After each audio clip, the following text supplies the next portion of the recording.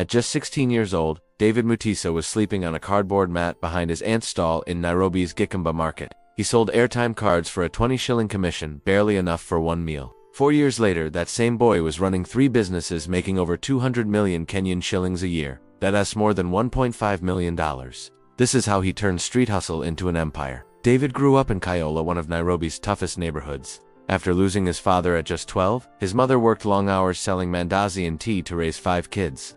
At 15, David tried his first business selling cheap phone chargers. Every single charger broke. Customers were furious. He lost all his money and his reputation. But that failure taught him something powerful. Never sell what you don't trust. A year later, he spotted a problem no one else noticed. At Gikamba Market, people spend 45 minutes in line just to use M-Pesa. David saw opportunity. He had no capital, but he had courage. He borrowed 10,000 shillings from his aunt, promising to repay 12,000 in 1 month, or work for free. He registered as an M-Pesa agent and set up a small table in the busiest section. While others took their time, David focused on speed, processing every transaction in under 60 seconds. In his first month, he handled over 3,000 transactions, repaid his aunt, and reinvested every coin.